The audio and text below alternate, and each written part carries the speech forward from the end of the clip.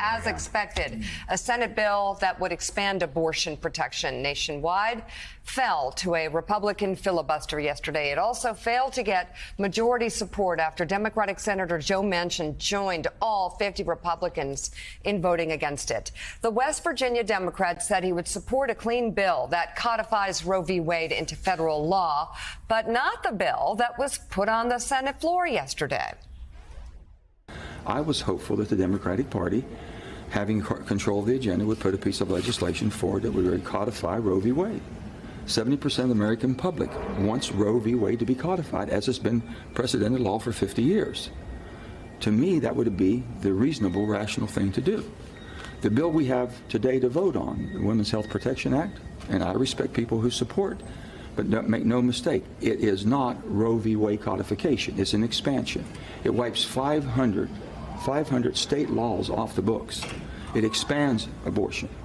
And with that, that's not where we are today. We should not be dividing this country further than we're already divided. And it's really the politics of Congress that's dividing the country. It's not the people.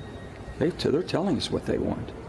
And it's just disappointing that we're going to be voting on a piece of legislation which I will not vote for today.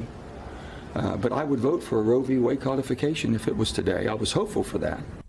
So did you hear that last thing he said? Republican Senators Lisa Murkowski and Susan Collins, both of whom support abortion rights, also opposed the Democratic legislation, saying it's too expansive and threatens religious liberty.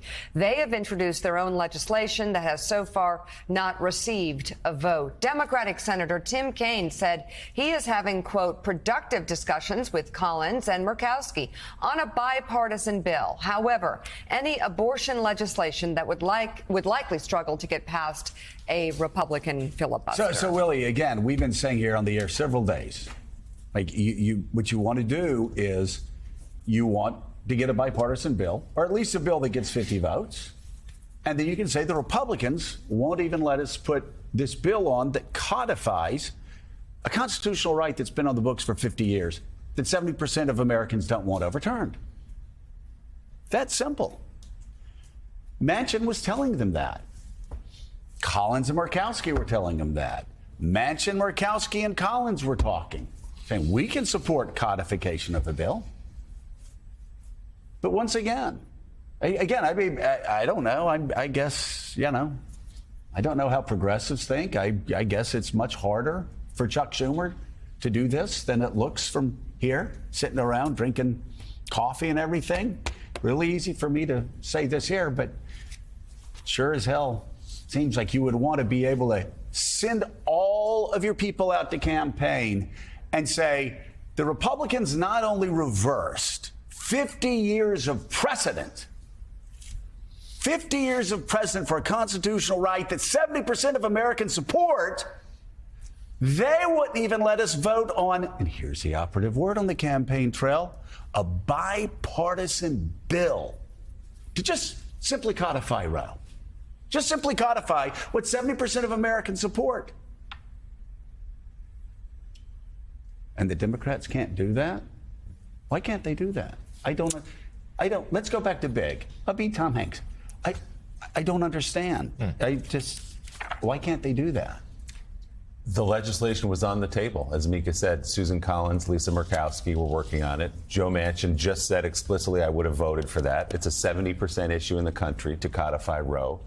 Instead, the Democrats went all the way. Now, they feel like they still have the message you're putting out there, that Republicans have gone out and said, we're against abortion rights. That's what they're going to be saying on the abortion trail, but they can't say that it's a bipartisan bill because they don't have Murkowski and Collins on board. Maybe they don't care about that. I don't know. But I think there probably was, if they were willing to do it, something less, even some moderate Democrats looked at this bill as a bit extreme in some of its protections of abortion, if you look at polling. Let's ask Adrienne Elrod. She's with us, the former chief of staff to the DCCC, can offer some insights, perhaps a senior aide to the Hillary Clinton and Biden presidential campaigns as well. Adrienne, we'll toss this one out to you. What do you make of the way that Chuck Schumer and Democrats went about this legislation? Yeah, Willie, I mean, look, I think it's certainly up for debate what should have been brought to the floor. But the bottom line is I think Chuck Schumer and Democrats believe that this should be laid at the feet of Republicans. the Republican Party, led by Mitch McConnell and led by Mr. MAGA himself, Donald Trump, is the party that confirmed these 3 Supreme Court justices, these 3 conservative justices, which has gotten us to where we are right now. So, sure, a bipartisan bill, that might be nice for some people to go out there and run on. But the bottom line is, with the filibuster, it's not going to make a difference. And I think Schumer believes that we've got to get Republicans on record, making it clear where they stand on this issue. So, I understand where people are coming from here. But I think going into the midterms, this is an issue, as all of you just mentioned. Anywhere between 7 out of 10 Americans or 8 out of 10 Americans, depending on which poll you look at, still want Roe v. Wade to be the law of the land. We've also got to bear in mind that 32% of the electorate going into the midterms will be women over the age of 50. And a lot of those women remember what times were like before Roe was the law of the land. So I think that's the calculation that Democrats are making. I think that's the calculation that Chuck Schumer was making. Certainly up for debate. But the bottom line is, this is not on Democrats. This is on Republicans. It is their fault and their fault alone that we are in this situation. It certainly is on the Republicans, John Heilman. And so you want the voters to understand how much it's on Republicans. I've always been talking about 70% support Roe, 70% support Roe. I mean, you look back and you look at these polls that go back. But you get I tell you what I would do if I were a Republican on the campaign trail.